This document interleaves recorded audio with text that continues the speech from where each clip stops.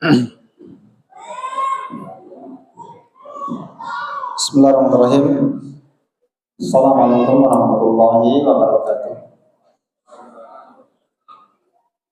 Innal hamdalillah nahmaduhu ta'ala wa nasta'inuhu wa nastaghfiruh wa na'udzu billahi min shururi anfusina wa sayyiati a'malina. Man yahdihillahu fala mudilla lahu wa man yudlil fala hadiya lahu. Asyhadu an la ilaha illallah wahdahu la syarika lah wa asyhadu anna Muhammadan abduhu wa rasuluhu. Yaqulu Allah jalla wa ala ya ayyuhalladzina amanu taqullaha haqqa tuqatih wa la tamutunna illa wa antum muslimun. Wa qala ta'ala ya ayyuhan nasu taqu rabbakum alladzi khalaqakum min nafsin wahidah wa khalaqa minha zawjaha wa bassa minhuma rijalan katsiran wa nisaa'a wattaqullaha alladzi tasaaluna bihi wal arham innallaha kana 'alaikum raqiba. Wa qala ta'ala ya ayyuhalladzina amanu taqullaha wa qulu qawlan sadida yuslih lakum a'malakum wa yaghfir lakum dhunubakum wa may yuti'illaha wa rasulahu faqad faza fawzan 'azima. Amma ba'd. Ikhwani fid din wa akhwati fillah, a'azzani Allah wa iyyakum rahimani wa rahimakumullah jami'an. Pada pertemuan di malam hari ini kita kembali melanjutkan insyaallah taala kajian kita membahas kitab Al-Qawaid Al-Arba'ah.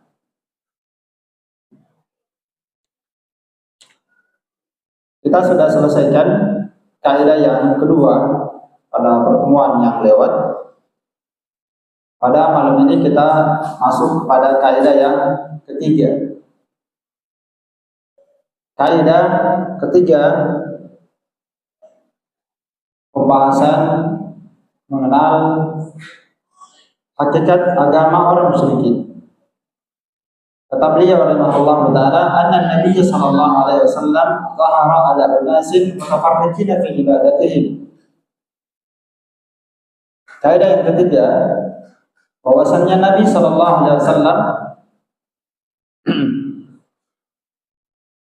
itu datang berdakwah kepada manusia yang berbeda-beda ibadah mereka.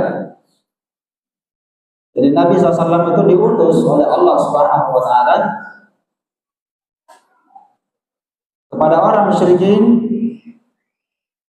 di mana mereka itu beribadah kepada ibadah yang bermacam-macam. Minhum man ya'budul malaikat. Di antara mereka orang musyrikin ada yang menyembah malaikat. Wa minhum may ya'budul anbiya was shalihin. Yang kedua, di antara mereka ada yang menyembah para nabi dan orang saleh. Yang ketiga, man ya'budul ahjar wal asjar. Di antara mereka ada yang menyembah batu dan pohon. Wa minhum man ya'budul syamsa wal qamar. Yang keempat, di antara mereka ada yang menyembah matahari dan bulan. Jadi macam-macam ya.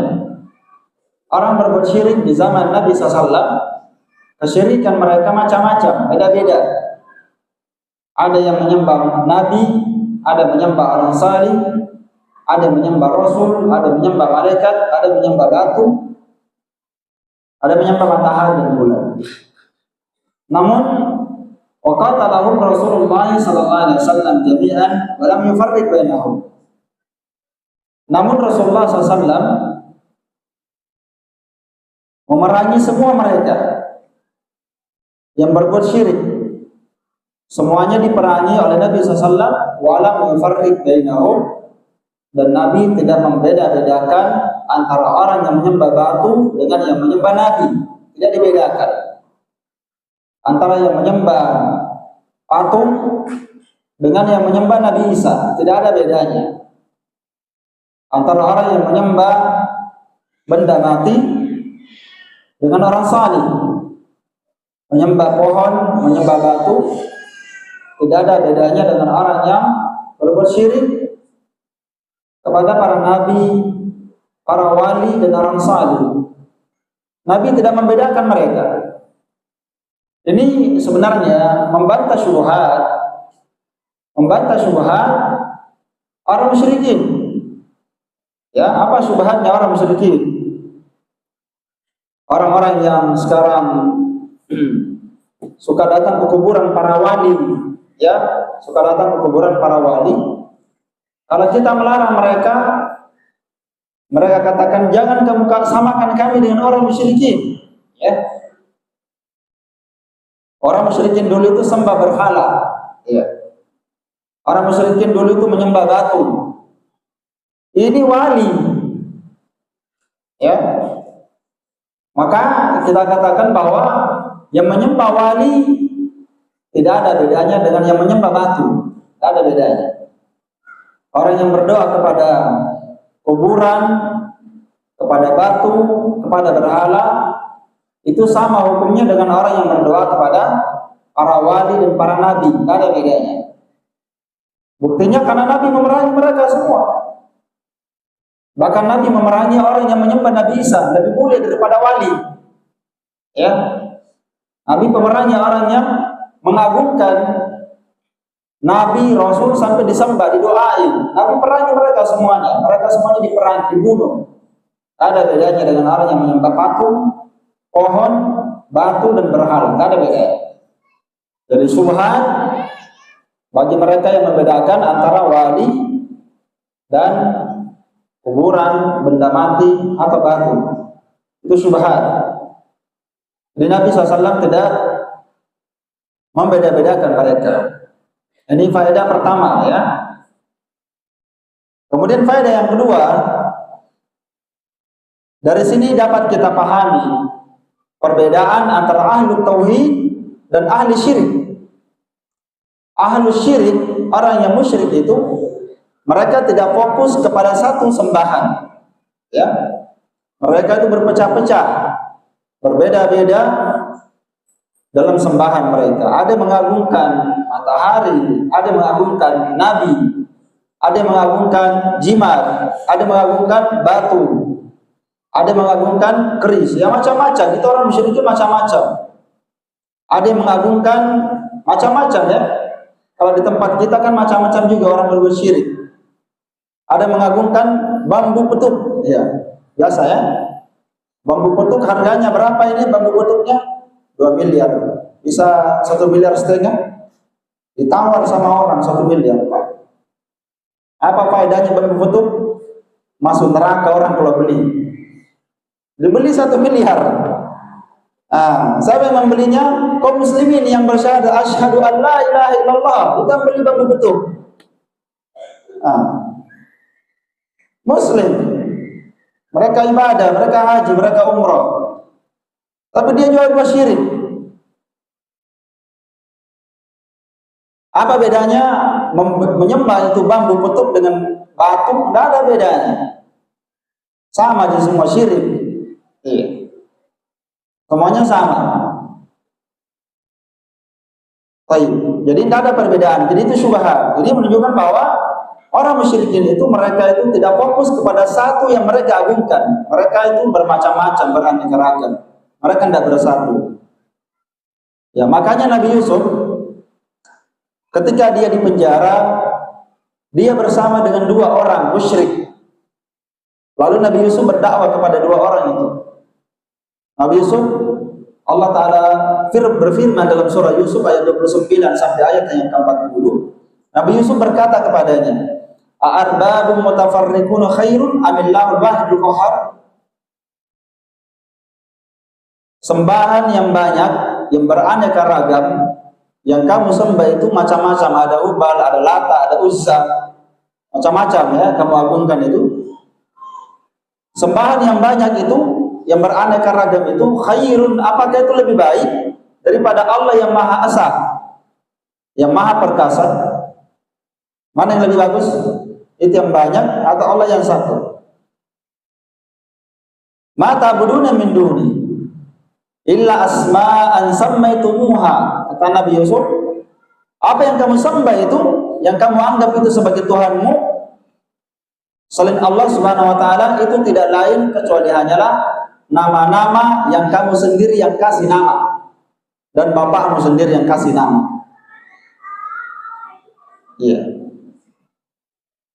Maka ini kebatilan kesyirikan dan kejelekan kesyirikan. Orang yang berbuat syirik tidak pernah bersatu sama orang yang berbuat kebatilan. Orang berbuat kebatilan tidak akan pernah bersatu, karena tidak mungkin manusia disatukan dengan kebatilan. Dan manusia di dunia ini tidak akan mungkin bersatu kalau dia berada di atas kebatilan menyelisih Al-Quran dan Sunnah. Nanti manusia bisa bersatu padu dan persatuannya benar dan kuat jika mereka bersatu di atas akidah yang satu dan sama. Kalau badan yang bersatu karena satu partai, satunya suka sama siapa? Satunya suka sama Gus Dur, dia sembah kuburannya Gus Dur. Ada tidak yang menyembahnya? Ada, banyak. Tanpa pergi ke Jawa. Orang kalau mau naik kelas, mau PNS, datang ke situ. Tolong bantu saya. Ya. Satunya kuburannya Wali Songo yang dia sembah. Satu kuburannya Imam Lapeo, tapi satu partai. Bersatu itu tidak bersatu. Badan bersatu. Satu pemahamannya ada pemahaman Syiah, satu pemahaman Jahmiyah, satu pemahaman Mu'tazilah, satu pemahaman Asy'ariyah, tapi satu partai. Bersatu itu tidak ada manusia, kata para ulama, bersatu di dunia ini kalau beda akidahnya tidak bisa bersatu. Karena hakikat persatuan nanti menjadi benar dan kuat seperti Nabi dan para sahabat bersatu ketika akidah mereka satu dan sama-sama meyakini apa? Allah di atas langit. Kalau ada yang satunya berkata tidak, Allah di sini, di hati saya. Yang satu berkata Allah di mana-mana, tidak satu akidahnya, tidak akan pernah bersatu. Makanya itu kejelekan, kesyirikan dan kesesatan tidak mungkin bersatu. Beda dengan ahlu tauhid. Beda dengan ahlu tauhid. Mereka pasti bersatu. Kenapa? Karena sembahan mereka sama, nabi mereka sama. Kenapa kita dilarang berpecah belah? Karena yang kita sembah satu, Allah Ta'ala, sama sembahannya, nabinya sama, kiblatnya sama, maka wajib akidah kita dan ibadah kita juga sama, sesuai dengan apa yang dituntun oleh Al-Quran dan apa? Dan As-Sunnah. Dan kita haram berpecah belah, tidak boleh kita berselisih. Satu meyakini ini, satu meyakini itu, tidak sama. Wajib bersatu di atas Al-Quran dan As-Sunnah. Baik. Kemudian Syekh rahimahullah taala di sini berkata, wa dalilu qauluhu ta'ala wa qatiluhum hatta la takuna fitnah wa yakuna dinu kulluhu lillah. Di sini beliau berdalil dengan ayat Al-Quran dalam surah Al-Baqarah ayat 193. Beliau berdalil dengan ayat ini bahwa Allah Ta'ala tidak membedakan antara orang yang berbuat syirik terhadap batu, wali, nabi, malaikat. Tidak ada bedanya. Semuanya dikatakan musyrik, sama. Yang mengagungkan Nabi Isa, menyembahnya sama dengan orang yang menyembah batu. Dalilnya ini yang kita bacakan tadi, ya. Itu Allah Ta'ala berfirman, waqatiluhum, dan perangilah mereka. Ini perintah Allah kepada Nabi Muhammad. Perangilah mereka. Siapa? Mereka orang musyrikin. Perangilah orang musyrikin tanpa membeda-bedakan di antara apa yang mereka sembah. Ya, hatta la takuna fitnah. Perangi mereka sampai tidak ada lagi kesyirikan. Jadi fitnah di sini tafsirnya adalah syirik. Perangi mereka semua sampai tidak ada lagi fitnah, yakni sampai tidak ada lagi kesyirikan. Wa yakuna ad-dinu lillah, dan sampai manusia seluruhnya beribadah hanya kepada Allah Subhanahu wa taala.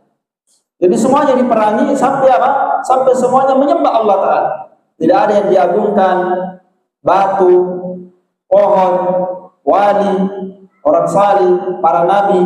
Kita dilarang gulu kepada batu, keris, kiai, guru, nabi. Kita dilarang gulu. Karena gulu mengantarkan kita terjatuh ke dalam apa? Kesyirikan. Ya, kenapa orang terjatuh dalam kesyirikan? Salah satu pintu besar orang terjatuh dalam kesyirikan adalah apa? Gulu kepada orang salih. Ini sering sekali kita ungkap ya. Ketika orang itu sudah gulu kepada para wali, orang salih, akhirnya apa? Disembahlah wali tersebut.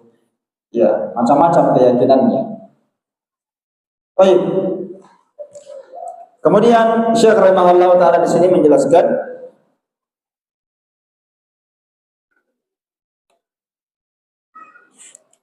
dalil adanya orang yang menyembah matahari dan bulan. Kata beliau, wa dalilus syamsi wal qamar. Adapun dalil yang menunjukkan bahwa ada orang yang menyembah matahari dan bulan, dalilnya adalah firman Allah Subhanahu wa taala dalam surah Fussilat ayat 37. Wa min ayatihi al-lailu wan-naharu wasy-syamsu wal-qamar la tasjudu lisy-syamsi wa la lil-qamari wasjudu lillahi, ya, ila akhir ayat. Allah taala berfirman, wa min ayatihi, di antara tanda-tanda kebesaran Allah Subhanahu wa taala adanya malam dan siang. Itu tanda-tanda Allah itu ada. Allah Maha berkuasa. Mana tandanya? Itu namanya ayat. Apa itu ayat? Yang dengannya kita tahu adanya Allah Subhanahu wa taala yang Maha Kuasa, yang Maha Mencipta, yang berhak untuk disembah. Iya. Di antara tanda-tanda kebesaran Allah taala adanya malam dan siang bersilih ganti. Wasyamsu wal qamar, ada matahari dan ada bulan. Ya, tidak mungkin ya. Tidak mungkin ini matahari bulan datang bersilih ganti, malam dan siang datang bersilih ganti. Tidak mungkin dia datang sendirinya. Tidak ada yang setir, tidak ada nahkodanya. Ini sebenarnya dalil. Ini dalil namanya dalil akli, ya. Dalil apa? Dalil yang mudah ditangkap oleh akal yang menunjukkan adanya Allah yang berhak disembah. Mana contohnya dalilnya ini?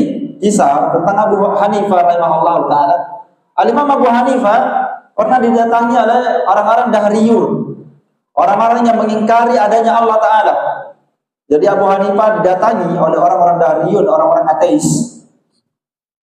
Orang ateis itu datang, tiba-tiba Abu Hanifah diam, tidak bicara. Lalu orang ateis ini berkata, apa yang kamu pikirkan ya Imam? Lalu Imam Abu Hanifah berkata, saya berpikir ada kapal di lautan.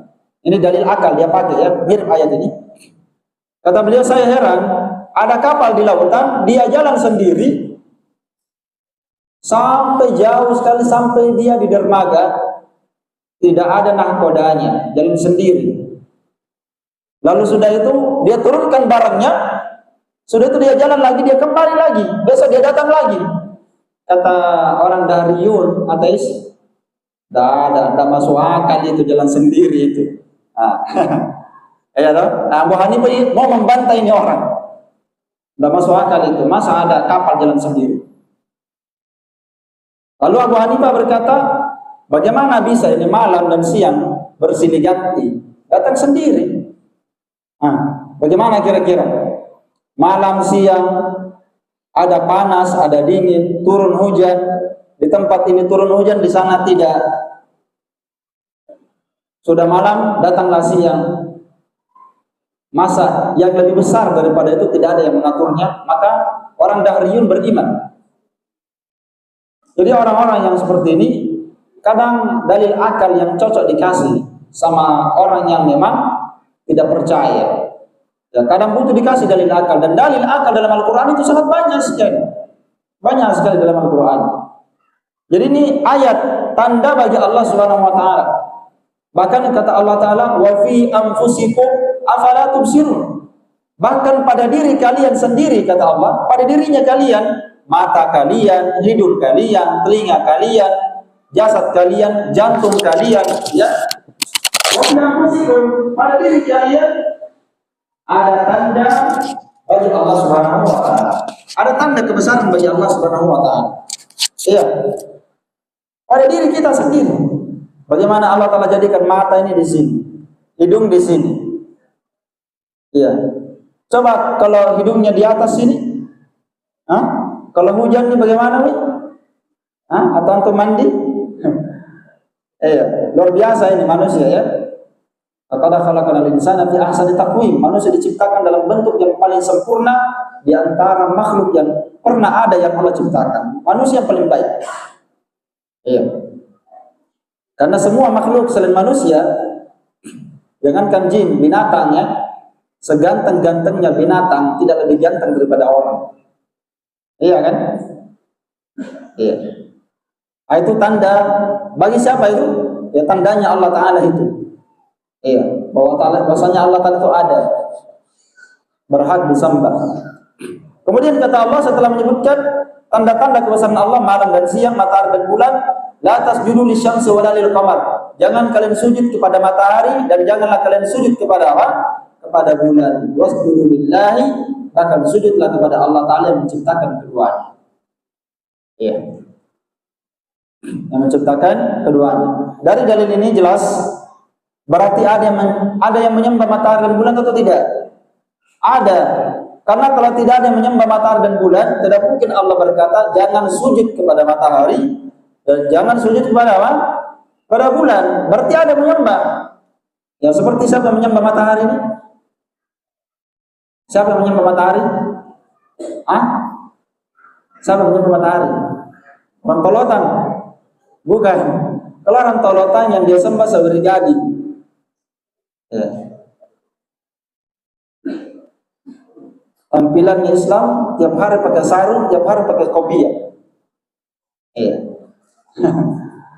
Tapi bukan Muslim. Iya, dia tidak mengklaim Islam, tapi mereka mengaku. Jadi ada menyembah matahari dan ada menyembah bulan. Ya, ada menyembah bulan. Ini dalil bahwa adanya yang menyembah matahari dan bulan. Kemudian kita berpindah yang kedua. Wa dalilul malaika, dalil yang menunjukkan ada yang menyembah malaikat. Dalilnya adalah wa yauma yahsyuruhum jami'an. Tsumma yaqulu lil malaikati ahaula'i iyyakum kanu ya'budun. Allah Ta'ala berfirman dalam surah Saba ayat 40 sampai 41, itu dalil bahwa ada menyembah malaikat. Dan pada hari ketika manusia dikumpulkan, dibangkitkan semuanya. Semua manusia, makhluk dibangkitkan pada hari kiamat. Kemudian Allah Ta'ala berfirman, berkata kepada malaikat, ahaula'i iyyakum kanu ya'budun. Apakah mereka itu dulu menyembah kalian wahai malaikat? Jadi diadili oleh Allah Ta'ala. Apakah mereka ini dulu menyembah antum wahai malaikat? Qalu subhanak anta waliyuna min dunihim. Maka malaikat menjawab pada hari itu, Maha suci engkau ya Allah, anta waliyuna, engkau lah penolong dan pelindung kami. Selain daripada mereka, balkanu ya'budunal jin, bahkan mereka dulu menyembah jin, bukan menyembah malaikat. Terus kenapa dikatakan menyembah jin? Karena jin yang menyuruh mereka menyembah malaikat. Siapa jin? Syaitan maksudnya. Jadi syaitan dari kalangan jin, itulah yang menyuruh mereka menyembah wali, menyembah batu, menyembah kuburan, menyembah malaikat, ya.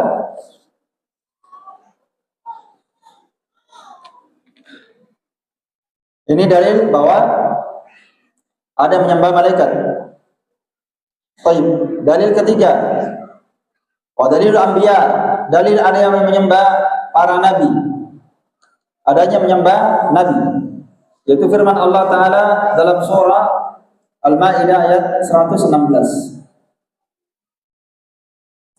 Wa idh qala Allah ya Isa bin Maryam, dan ingatlah ketika Allah berfirman kepada Nabi Isa, wahai Isa bin Maryam, anta qulta linnas, apakah antum berkata kepada manusia, ittakhiduni wa ummiya ilahaini min dunillah, apakah kamu berkata kepada manusia, jadikanlah saya dan ibuku sebagai ilah yang disembah selain Allah?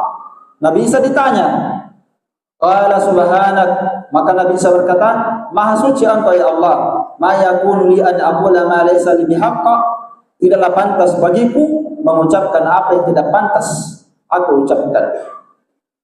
Tidak mungkin saya mengatakan apa yang saya tidak punya hak untuk disembah.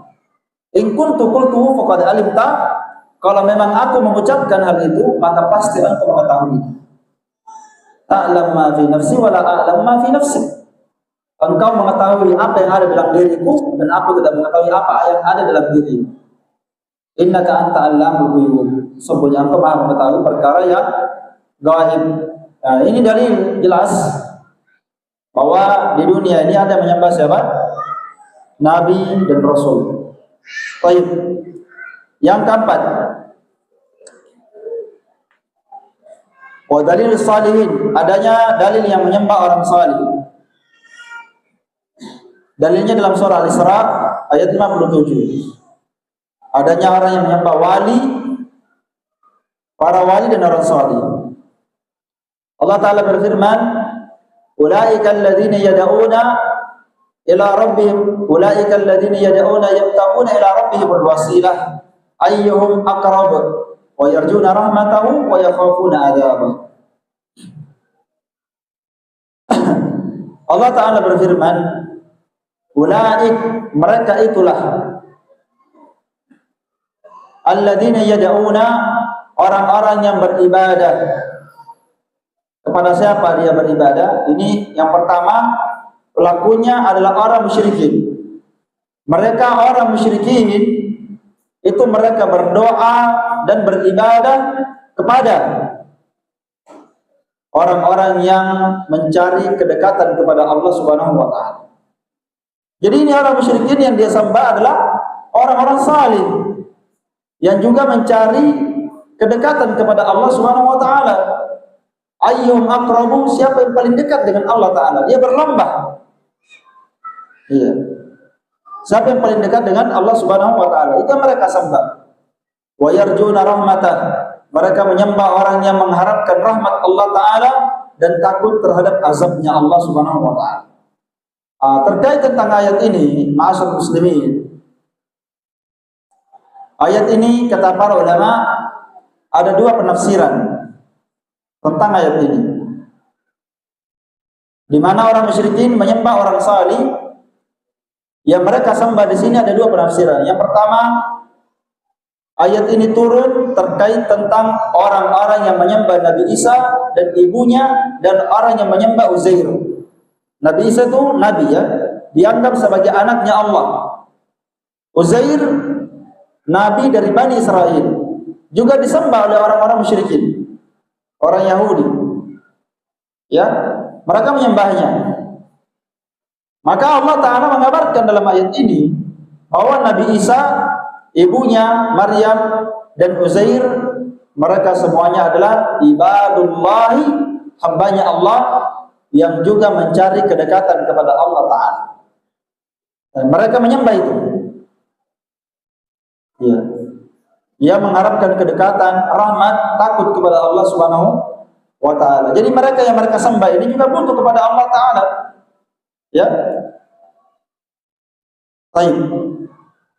Yabtaguna ila rabbihimul wasilah, di mana nabi dan rasul itu mengharapkan kedekatan, al-wasilah. Al-wasilah artinya ibadah kepada Allah Subhanahu wa taala. Ya. Yang kedua, penafsiran yang kedua, para ulama dia menafsirkan bahwa ayat ini turun terkait tentang orang musyrikin yang menyembah sekelompok dari kalangan jin. Yang menyembah jin. Iya. Tadinya jin itu kafir, setelah itu jin itu masuk Islam, lalu dia beribadah kepada Allah Ta'ala. Ya, mendekatkan diri kepada Allah Subhanahu wa taala. Lalu orang musyrikin tetap menyembah jin itu, sementara jin itu sudah Islam. Sudah masuk Islam, sudah beribadah kepada Allah Subhanahu wa taala. Ya, jadi ayat-ayat terkait tentang apakah ayat yang kita bacakan tadi, karena ada dua ayat yang saya bacakan tentang lafaz menggunakan al-wasilah. Lafaz al-wasilah, di mana Allah Subhanahu wa taala menganjurkan kita untuk mencari al-wasilah kepada Allah Subhanahu wa taala. Ada beberapa ayat di sini. Yang pertama dalam surah Al-Isra ayat 57. Kemudian yang kedua, Allah Ta'ala juga sebutkan dalam surah Al-Ma'idah ayat 35, Allah Ta'ala memuji orang yang mencari al-wasilah kepada Allah Ta'ala. Bahkan di ayat surah Al-Ma'idah ayat 35, Allah perintahkan kita mencari al-wasilah. Wabtagu ilaihi al-wasilah. Dan carilah al-wasilah kepada Allah Subhanahu wa Ta'ala. Lalu datanglah ahlul bid'ah. Datanglah ustaz yang mendukung tawassul. Ya, sudah dengar tawassul tak? Nah, ini tawassul, inilah bahasa al-wasilah yang dipakai oleh orang-orang yang sesat. Dia katakan boleh kita bertawassul dengan menggunakan para wali dan orang salih. Mana dalilnya? Karena Allah Ta'ala suruh kita mencari al-wasilah, itulah tawassul. Mana ayatnya? Nah, dia baca ayat ini. Wabtagu ilaihi al-wasilah, dan carilah kedekatan kepada Allah Ta'ala dengan menggunakan al-wasilah. Nah, itu syubhatnya. Berarti kita disuruh mengambil al-wasilah. Apa itu wasilah kata mereka? Mereka tafsirkan wasilah maksudnya perantara antara kita dengan Allah Ta'ala, supaya kita bisa sampai, kita ambil para wali, orang salih, supaya kita dekat dengan Allah Ta'ala. Jadi apa? Mereka mengajari umat Islam berbuat musyrik, berbuat syirik. Kata mereka, tidak apa-apa kita datang ke kuburan para wali, orang salih, karena mereka orang dekat dengan Allah Ta'ala, supaya kita juga bisa dekat dengan Allah Ta'ala. Ini hakikatnya apa? Syirik, sudah pasti syirik, sudah pasti kesyirikan. Padahal makna al-wasilah dalam Al-Quran adalah at-ta'ah wal qurb. Makna al-wasilah dalam Al-Quran adalah ketaatan. Kita disuruh mendekatkan diri kepada Allah dengan menggunakan al-wasilah. Maksudnya kita disuruh mendekatkan diri kepada Allah dengan cara melakukan ibadah dan ketaatan. Bukan mengambil wasilah, perantara, bukan. Ya, ini syubhat ahlul kuburiyun, orang-orang yang suka beribadah kepada kuburan, suka beribadah kepada kuburan. Iya. Kemudian yang terakhir, wa dalilul ahjar wal asjar, dalil yang menyebutkan adanya orang yang menyembah batu dan pohon. Dalilnya adalah firman Allah Ta'ala dalam surah An-Najm ayat 19 sampai ayat yang ke-20. Iya. Qalu ta'ala afara'aytumul Lata wal Uzza wa Manata as-salisata al-ukhra. Dalilnya dalam surah An-Najm ayat 19 sampai 20, Allah berfirman, afara'aytumul Lata wal Uzza.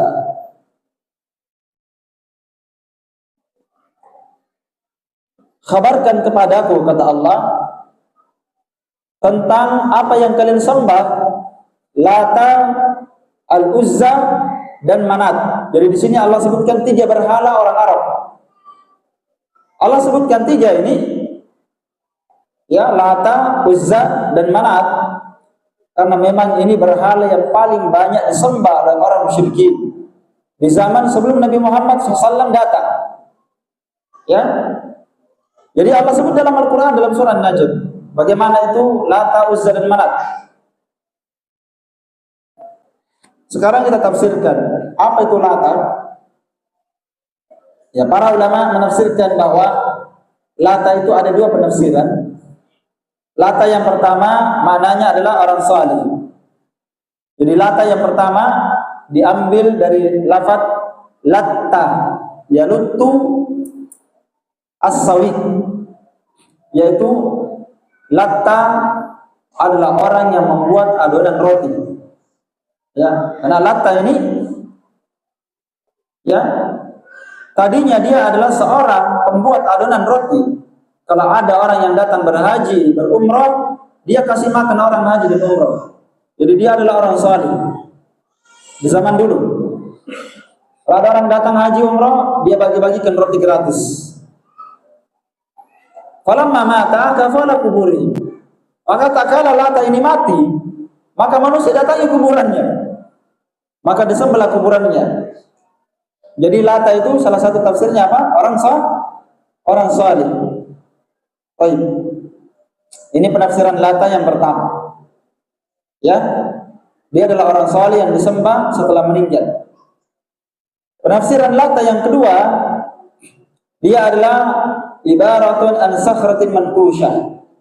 Dia adalah batu besar yang diukir dan dihiasi. Jadi tafsir kedua, Lata adalah batu. Alaiha baitun mabni. Di atas batu besar itu ada bangunan yang dibangun. Jadi bukan cuma batu besar, ada bangunan sudah dibangun di atasnya, besar. Wa alaihi satairun, setelah dikasih bangunan besar, dikasih kain dan tirai. Kalau kita bahasanya sekarang, dikasih bocor, kasih tirai. Jadi dia menyerupai Ka'bah. Wa haulu sahatun, di sekitar Lata ini, batu besar yang dibungkus bangunan dan tirai, di sekitarnya ada halaman dan ada pekarangan. Jadi dibuatkan pekarangan. Jadi memang dihias. Itulah bahayanya. Kenapa Nabi Muhammad melarang kita membangun kuburan? Karena ini. Maka Nabi SAW melarang kita membangun kuburan. Kenapa? Karena sudah banyak orang di zaman dulu itu menyembah yang seperti ini. Ya, karena itu Nabi SAW melarang membangun kuburan. Dikasih pagar, dikasih dinding, dikasih atap, dikasih lampu, ditehel, ya, lengkap, dikasih lampu. Luar biasa ya. Setelah itu datanglah orang mendomino di atasnya. Kalau masalah dia minta nomor lagi di situ supaya dapat tembus porkasnya. Jadi sudah orang berbuat maksiat, duduk di atas kuburan, berbuat syirik lagi. Makanya Nabi semuanya melarang hal itu. Membangun kuburan itu hukumnya haram, wasilah pada kesyirikan. Kemudian apalagi di sisi batu besar Lata itu tadi ada penjaga-penjaga, mereka menyembahnya. Siapa yang menyembah Lata ini? Bani Saqif wa ma walahu minal qabail. Disembah oleh Bani Saqif. Disembah oleh Bani Saqif. Yang kedua, Al-Uzza. Sembahan yang mereka sembah yang kedua yang Allah sebut Al-Uzza. Apa itu Al-Uzza? Al-Uzza ini adalah syajaratun minas salam min wadi nakhlah. Dia adalah pohon yang ada di lembah kurma. Dia berada di lembah kurma, dia ada antara Mekah dan Madinah. Dia pertengahan antara Mekah dan Madinah. Ya. Jadi dia pohon. Dia adalah pohon. Di dalam pohon itu ada syaitan yang tinggal. Yukallimun nas. Dia mengajak manusia berbicara. Kalau ada orang yang datang ke situ bicara, bagaimana begini, maka pohonnya bicara. Sudah tidak begini. Pokoknya dia berbicara kepada manusia. Kalau ada orang yang datang, maka orang menyangka bahwa pohon itu yang berbicara. Padahal syaitan, jin yang ada dalam pohon tersebut yang berbicara. Jadi dari dulu ada orang menyembah pohon. Sehingga masyarakat berkata aja metembang ya pohonnya. Maka ramah. Iya, nanti runtuh ini pare-pare kalau ditebang. Kebakaran satu pare-pare kalau ditebang itu. Apa itu? Syirik itu. Orang takut sama pohon. Dulu itu Uzza disembah seperti itu. Yaitu juhal, orang jahil menyangka bahwa yang berbicara itu adalah pohon itu. Ya, jadi disembah. Ini disembah oleh siapa? Orang Quraisy, penduduk Makkah, dan yang ada sekitarnya semuanya menyembah Uzza itu. Terakhir, yang ketiga, Manat. Manat ini adalah sakhratun, batu besar juga yang dekat dengan gunung Qulaid, Jabal Qulaid. Jabal Qulaid. Dia berada antara Makkah dan Madinah juga. Iya. Antara Makkah dan Madinah. Kalau yang pertama tadi antara Makkah dan Taif, ya. Kalau Uzza tadi dia berada di antara Makkah dan Taif. Kalau Taif ya, Taif itu kalau kita naik mobil dari Makkah kurang lebih 1 jam antara Makkah dan Taif. Ya, kalau ini Manat, berhala yang ketiga berada antara Makkah dan Madinah. Jadi dia jauh jaraknya. Siapa yang menyembah Manat? Yang menyembahnya adalah suku Khuza'ah, suku Aus, dan suku Khazraj. Siapa itu suku Khazraj, Aus, dan Khuza'ah? Inilah yang dulu para sahabat hidup di situ. Sahabat siapa? Sahabat Ansar. Jadi sahabat Ansar yang tinggal di Madinah itu sukunya 3. Suku Khuza'ah, suku Aus, dan suku Khazraj. Yang menyembah ini Manat, mereka semua dulu. Ya. Bahkan mereka berihram di situ. Kalau mereka mau pergi haji, ke situ dulu berihram. Mandi, berniat, berpakaian ihram. Di situ dia. Sama jika kalau kita sekarang ada orang yang mau pergi haji umrah, datang ke Kokbang dulu. Sama itu. Datang ke gunung Bawah Karaing, ada tidak kaum muslimin? Mau pergi haji, pergi ke gunung Bawah Karaing dulu. Iya. Nanti kalau pulang dari sana singgah lagi di gunung Bawah Karaing. Ada orang berbuat syirik. Seperti ini yang dilakukan oleh orang musyrikin di zaman dahulu. Sebelum mereka berhaji, mereka datang di Manat, berhala. Baik. Ternyata ikhwan, ketika Nabi SAW menaklukkan kota Makkah, ya, maka Nabi SAW mengutus Mughirah bin Syu'bah dan Abu Sufyan untuk menghancurkan Lata. Apa Lata tadi? Ada 2 penafsirannya. Kuburannya orang salih. Yang kedua, dia adalah batu besar. Jadi 2 sahabat yang diutus Nabi SAW, Mughirah bin Syu'bah dan Abu Sufyan, menghancurkannya. Kemudian yang kedua, Nabi SAW mengutus Khalid bin Walid untuk menghancurkan Uzza. Apa tadi Uzza? Ya, pohon yang dikeramatkan yang ada jin di dalamnya. Maka Nabi SAW berkata kepada Khalid, apa yang kamu lakukan kepada Uzza? Kata Khalid, saya sudah meratakan dan menghancurkan semuanya. Jadi itu pohon sudah diobrak-abrik sama Khalid dan sudah ditebang pohonnya. Kata Nabi SAW, kamu belum membunuh berhalanya dan jinnya. Apa berhalanya? Di situ ada syaitan. Kamu belum membunuhnya. Maka Khalid kembali, dia kejar jinnya, lalu dia bunuh jin itu. Bayangkan ya, sahabat dia bunuh jinnya. Luar biasa ya. Kemudian yang ketiga, Nabi mengutus Ali bin Abi Thalib untuk menghancurkan apa tadi? Yang terakhir, Manat. Ini semuanya dalil kepada kita ikhwan bahwa ada orang yang menyembah batu, menyembah kuburan, menyembah pohon. Sampai sekarang masih ada atau tidak? Oh, masih ada. Sampai sekarang masih ada orang berbuat kesyirikan. Ya, padahal dalam agama kita ini perkara yang paling terpenting dalam agama kita yang wajib kita jaga adalah tauhid. Tauhid itu adalah harga masuk surga. Ya, kapan seorang terjatuh dalam kesyirikan? Luar biasa. Ya. Tidak ada keselamatan bagi orang yang terjatuh dalam apa? Dalam kesyirikan. Di sini Syekh rahimahullah taala menyebutkan dalil yang terakhir. Dalil terakhir dalam kaidah yang ketiga. Kaidah keempat itu pendek sekali ya. Berarti ini sisa 1 kali pertemuan sudah habis. Ya. Kita azan dulu ya. Sudah masuk ke azan ya.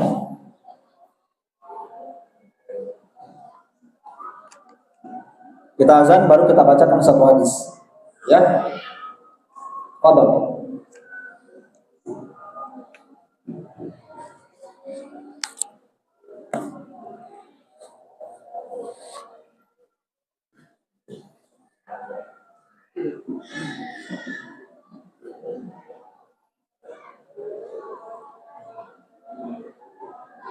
Allahu Akbar,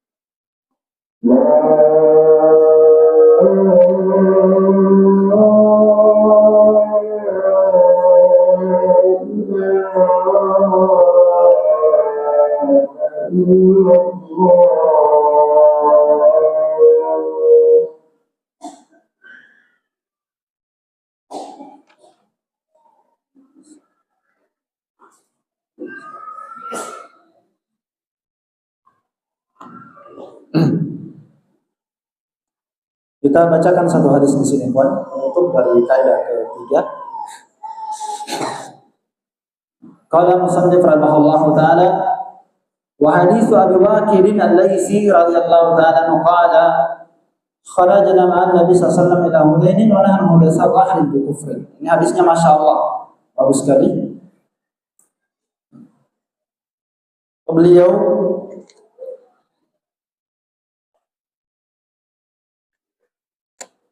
dan hadis Abu Waqid al-Laitsi.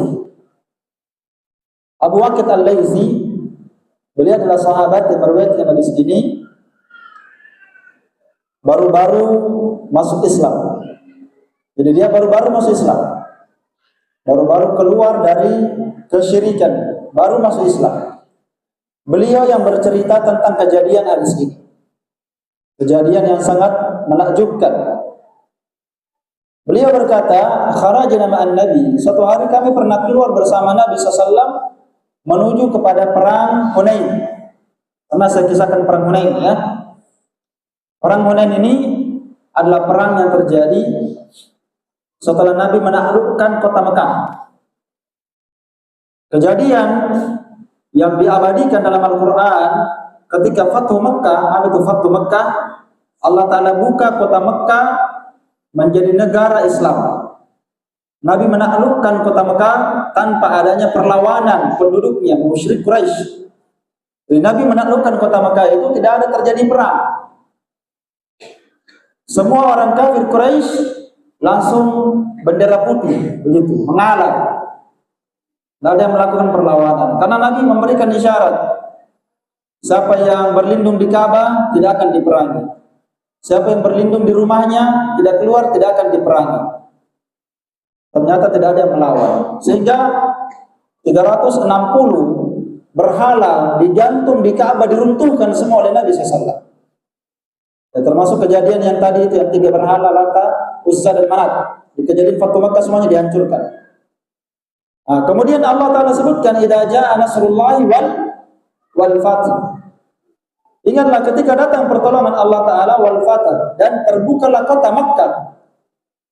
Wa ra'aitan nasa yadkhuluna fi dinillahi afwajan. Ketika terjadi Fatu Makkah itu, semua manusia melihat kepada negara Arab. Ada nabi, dia taklukkan negara Mekah. Maka manusia pun, kata Allah Ta'ala, wa ra'aitan nasa, dan kamu melihat manusia berbondong-bondong masuk Islam. Afwajan, apa afwajan? Ribuan, ratusan orang masuk Islam. Bukan lagi 1-2 orang sembunyi-sembunyi seperti di awalnya. Satu kabilah, satu negara, semuanya ribuan, jutaan orang masuk Islam. Kenapa saya bahas ini? Karena itu ada hubungannya dengan perang Hunain. Jadi karena banyak orang masuk Islam, musyrik baru-baru menyembah berhala masuk Islam, setelah itu terjadi perang Hunain. Maka terjadilah di perang Hunain itu sahabat yang pergi berjihad, saking banyaknya orang yang berdiri di pasukan itu tidak bisa dia lihat ekornya, saking banyaknya pasukan yang pergi berperang. Itulah kejadian perang Hunain. Banyak orang yang pergi berperang, tapi ya begitu, namanya orang baru masuk Islam. Nah, inilah yang terjadi di hadis yang akan kita bacakan. Baik. Kata sahabat Abu Bakar Al-Laisi, kami pergi berperang bersama Nabi perang Hunain, wa nahnu hudasa'u ahdin bi kufri, dan kami baru saja keluar dari kekufuran, kesyirikan, baru-baru masuk Islam. Berarti kalau orang baru masuk Islam, bagaimana kondisinya? Belum tertanam tauhid yang kuat dalam hatinya, belum taklim, begitu. Baru syahadat la ilaha illallah, pergi berjihad.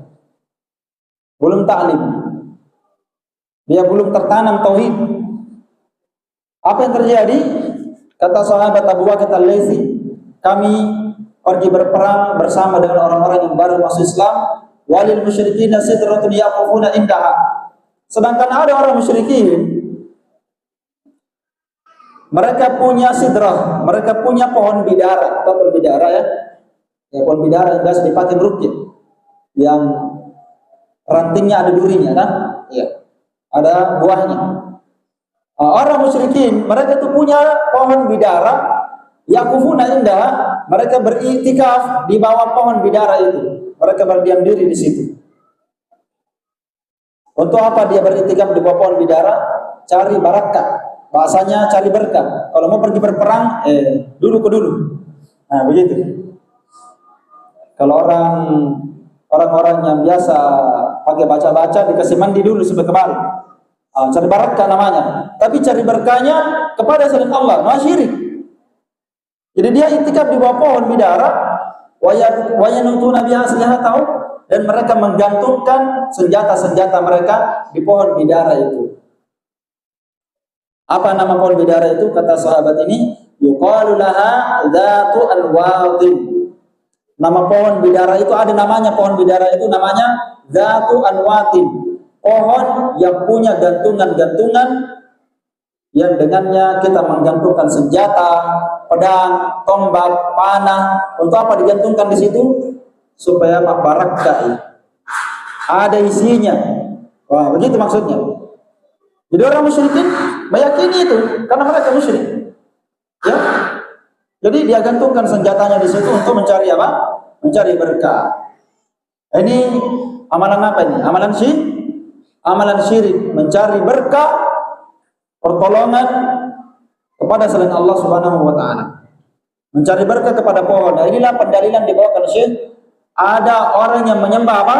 menyembah pohon, diagungkan itu pohon, bisa mendatangkan berkah, pertolongan, perlindungan, kemenangan, dijadikan jimat. Sama dengan orang yang datang ke kuburan, sama dengan yang datang ke pohon ini. Namun para sahabat yang melewati pohon itu, yang namanya orang baru masuk Islam, apa dia katakan sahabat ini?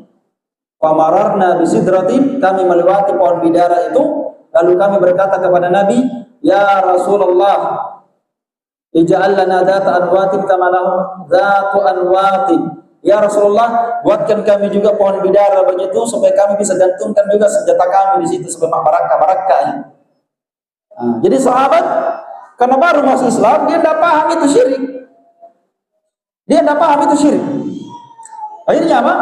Dia minta, ya Rasulullah, buatkan kami juga pohon bidara supaya kami bisa gantungkan itu, kita punya panah supaya jago panahnya, supaya hebat, supaya kuat.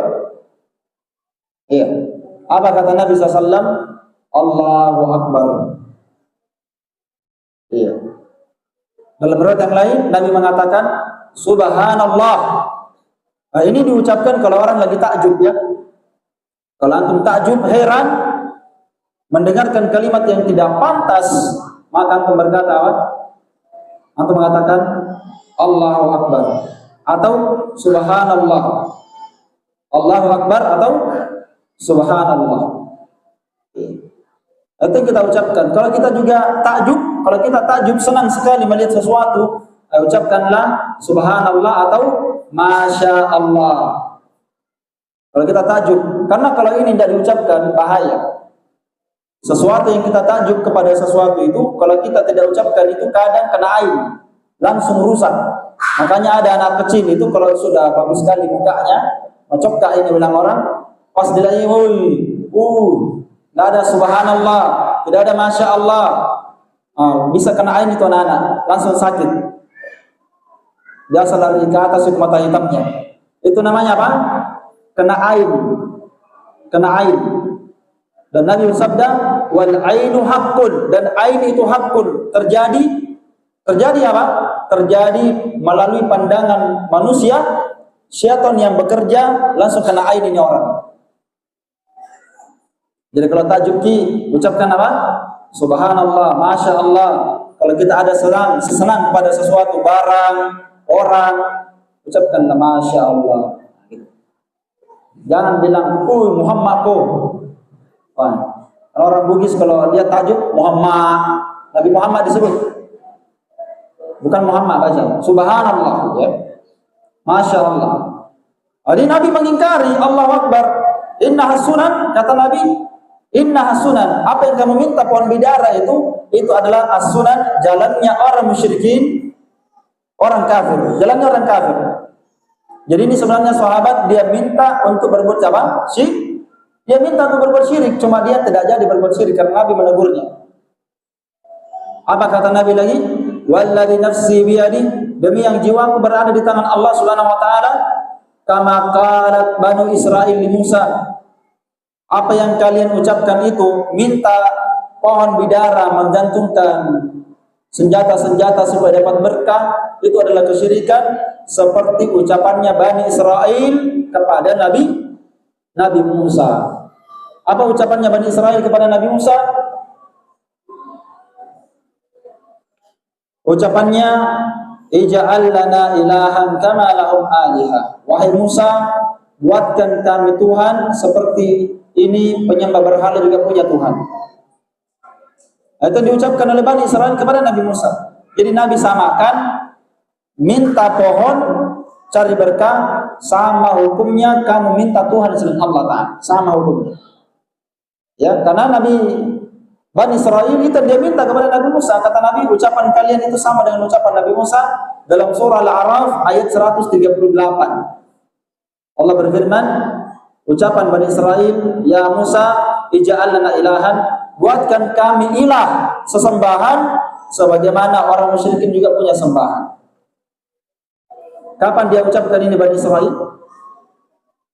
Bani Israil mengucapkan minta Tuhan ini kapan? Allah Ta'ala sebutkan ayatnya.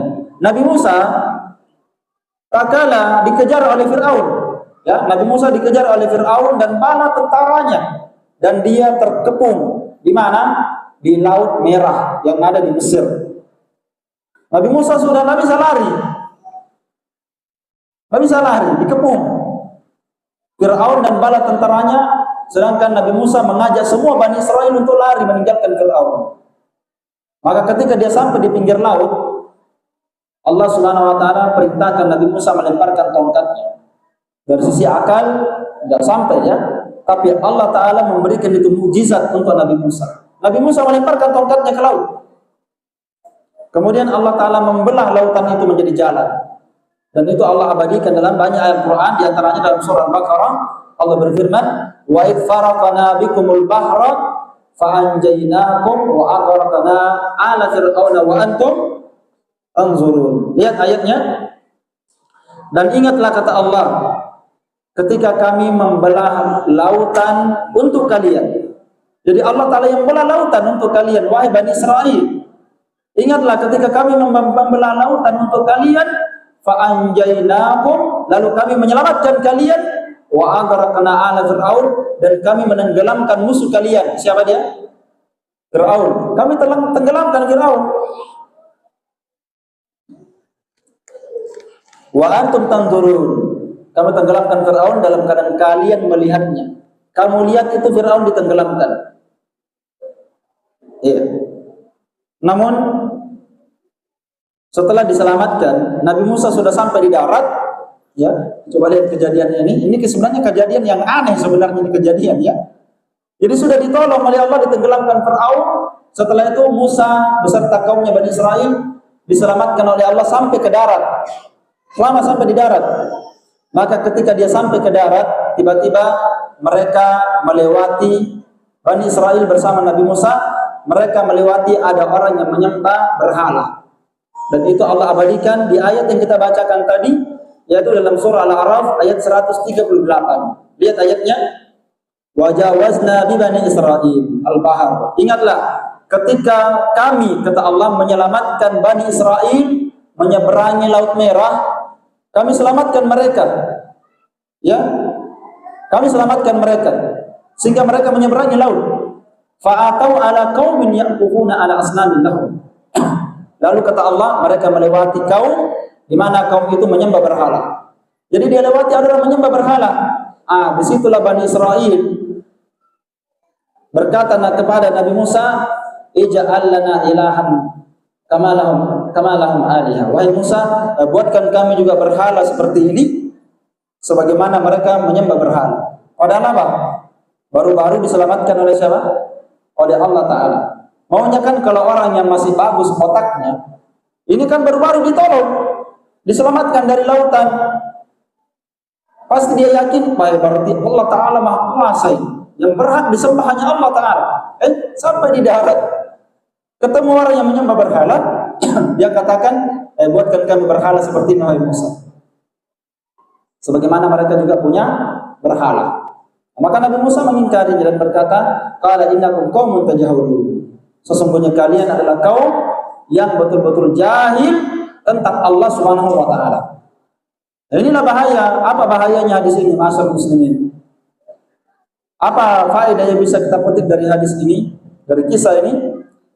Khataru al-jahlu bit-tauhid. Bahayanya kalau orang bodoh tentang tauhid. Karena orang yang bodoh tentang tauhid itu sangat dikhawatirkan pasti terjatuh dalam syirik.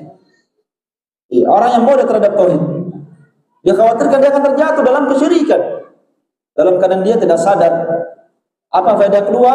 Wajib kita belajar tauhid. Kenapa? Karena kalau kita belajar tauhid, dikhawatirkan kita akan terjatuh dalam kesyirikan.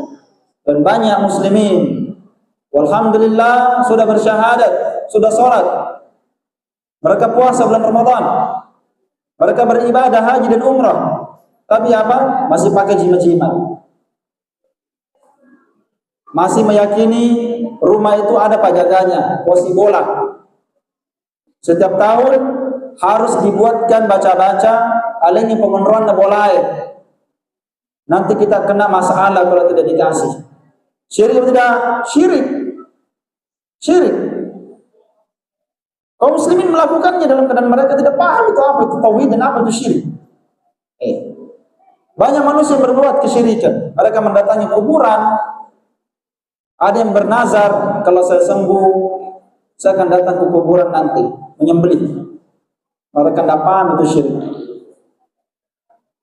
Jadi ilmu yang paling terpenting kita pelajari ini memang tauhid, ya, sehingga kita diselamatkan dari perbuatan apa kesyirikan. Jadi ini sekali lagi bahaya yang namanya kejahilan, karena kejahilan adalah sumber segala keburukan dan kejelekan. Baik, insyaallah taala kita cukupkan pembahasan kita pada malam hari ini. Pada pertemuan akan datang kita akan bahas pertemuan yang terakhir, yaitu kaidah yang keempat. Ya. Subhanakallahumma wa bihamdika asyhadu an la ilaha illa anta astaghfiruka wa atubu ilaik. Alhamdulillah.